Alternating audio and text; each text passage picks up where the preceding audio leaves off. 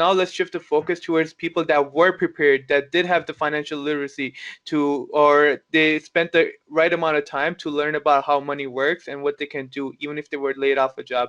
So now the pandemic hits, everything takes a hit, the market goes down, and all that stuff. So talk to me about those people. What are some of the avenues where they can put their asset or their money into it that will grow over time? Because this is, in my opinion, and correct me if I'm wrong, is the best time to invest. And the market's kind of they went up already a little bit, but yeah, please go ahead. And what assets would you recommend? Yeah. Okay. So this is the fun part. Probably people will skip to this part right away because this is the more fun. This is more tactics now. This is Yeah. we're talking details. Hmm. Okay. Now, with times of uncertainty, and I Yeah. shared this with you before, Hmm. a portfolio, a proper portfolio, will have a mix. Will have a nice. Again, this all depends on the first thing. You identify where you are, da da da da da. But you'll be able to land at a Hmm. mix of a risk-adjusted portfolio or a portfolio that will include um, diversified stocks or bonds or whatever, or a portfolio that is very diversified to get you to where you want to be. So let's talk details of times of uncertainty. What can we do really? Now, for me, I would say a portfolio that is ideal. It Yeah. consists of, you know, anywhere between at least 50 to 80%. I would say give and take, yeah, 50 to 80% of blue chip stocks. Now, what is blue chip stocks or what are blue chip stocks? They are leaders within a sector, leaders within a country. Example, um, technology sector in US. We're looking at Apple, leader within a sector, leader within a country, Hmm. so on. Financial services. Example, TD in Canada, leading within a sector, leading within a country. Now, a blue chip stock, why would I say we're gonna make the most out of our mix in blue chip stocks? Hmm. Now, blue chip stocks are companies you look at and say, oh man, these companies probably will stay in business for a while. Yeah. Probably they will handle the pandemic. Probably they're good to go. Okay. Now, so it's a company that you're able to look at their finances, Hmm. look at their net income, look at their cash flow. We're looking at the balance sheet. Take everything in consideration. See the value of the stock, the valuation of the stock. And I recommend if people are looking into it, they recommend also, a professional's opinion in, well, why did I pick these stocks? It's not just Omar's. In my one of my on my channel, I had top five picks for stocks. It's not just my opinion. It's a compilation of all of these things Hmm. compiled to give you that. Now, we said blue chip companies that are going to be in the business. So, like I said, example is Apple. Mo, is Apple going to go out of business? No. There you go. Good. If you can answer that with certainty right Yeah. offhand, Yeah. is Apple a leader or no? Hell yeah. Here you go. So these things you can answer to yourself right away, and then you look at their finances and their value. Hmm. Okay, you look and say, well, okay, how can I capitalize here? I believe once in the beginning, when all of these things happened, I think in March, Apple, Microsoft took a quick hit, and then they recovered back. I Really did a, quickly. I Yeah. did a video right when they've taken the quick hit. Hmm. I said, these are the stocks right now. Go do it right now. These are the hit. Reason being, we know for a fact that this is panic sell. We know Hmm. for a fact Yeah. that they're undervalued, right? So now we talked about 50 to 80%. Now, on the last part, or not the last part, but I would say from 10 to 30%, or whatever the mix you want to make. I wouldn't exceed 30%. Go a Hmm. little bit higher in risk. Hmm. So examples can be not crazy risky. I'm gonna go to that one later. But an example I used before is Boeing. Yeah. I told you Oh, about, I was gonna ask you about that. Yes. Yeah. of course, Keep. man. I have a TikTok thing, and I did the video, and it went like crazy. I think like 100K or 100,000 people watched it, Amazing. and some people were swearing at me personally. Are you dumb? Are you out of your mind? And some of the comments I quote unquote, tell me when you're cleansed or something. Tell me when you run out of money. Yeah, I just did the video absurd. when Yeah. I did the video when I did the video when the stock was at $99 or something. Oh my God, that's a steal.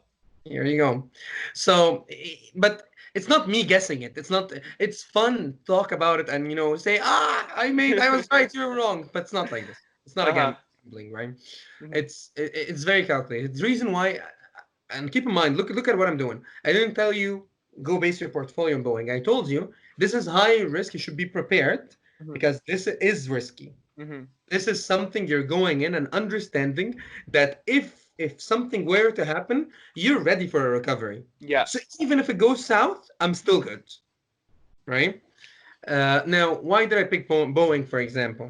Mhm. Now, first, I put it in the right risk appetite. I Mhm. said to myself, and everyone should do this, not my advice, but everyone should go and say, well, is it in my risk appetite? Mhm. Can I afford it? Yeah. Is it within? Maybe I cannot afford the 10% extra risk. Maybe Mhm. I'm risk averse. It goes back to the building the strategy and all of this, right? So once I've decided that this is, I can take risk, I said, well, what are the companies? What are the sectors? I picked the sector airlines and I went deeper. I'm like, okay, so what is Boeing's business model? Mhm. Boeing's business model is simple. It is doing aircraft for commercial, but also personal, not personal, sorry, for the businesses and all of this. But I looked at something very interesting. I went on their website, literally, go on their website, and you would see two sections, two additional sections to their normal aircrafts. Yeah. They have space and they Mhm. have the defense sector and space. So I'm like, oh, a company that does defense stuff, and it's Boeing, it's freaking Boeing, and their financials, I mean, it has shown progress year over year, except for the last year, it has taken a small hit. But I was, in terms of their income, sorry, my apologies, in terms of their income. But when I looked at their balance sheet, I see their short-term assets or their cash is increasing. So I said, well, yeah, okay, acceptable. So risky, but still acceptable. So financials, it's a check mark. I could give them a check mark. Yeah. Okay, they passed, Mhm. not with an A, but they passed. Okay, I'm trying to use my words very carefully. So they passed, and I said, well, a company that does defense stuff for US, is that really likely to go out of business? Mhm. Looking at their financials and saying, you know what, they're not an airline, it's not Air Canada, for example, that can potentially go out of business, Mhm. potentially. It's a risk that is kind of worth taking because the company is very diversified. That if one sector falls down, one sector will increase. So there is a nice hedge that I Mhm. was looking at and said, you know what, that's a go. And you know, looking over the past few days, there's been a crazy increase. If you're to put your money in, when we said, I think some people actually send me private messages. They said over 40%, over 50% return on investment. That that is the stuff that is worth it. But you've got to understand, they've done this, I hope, with the understanding that this was risky. But the good thing is with having a risk portion or a nice risk portion in your portfolio, if it goes well, it goes amazing. Mhm. If it goes like to shit, it's not a disaster. This is what you've got to Exactly. understand, right? Yeah. It's most of your portfolio is based on the first part, that if that shouldn't go wrong. That Mhm. should not go wrong for the long term. I'm not saying tomorrow. Tomorrow, obviously, there's going to be a dip, or after tomorrow, or a year from now. But I'm saying for like 3, 4, 5 years, it will not go wrong. The other one, if it goes wrong, you're not really in a shithole. Now, the last portion is 0 to 5% maximum is your play money. Mhm. I say this to people. I'm like, you know what? You've got to experiment. You've got to learn. But not learn and say, oh, I'm gonna guess. This is good. That's bullshit. You're not learning shit. Learn how That's to. gambling. That's just straight gambling. Learn how to read financial statements. Learn how to make, look at the micro picture, the macro, and say, you know what? I'm gonna look at this ETF, for example. This looks good. This looks bad. I'm gonna try something. This is your pile money and very risky. You should be very prepared to lose all of this money.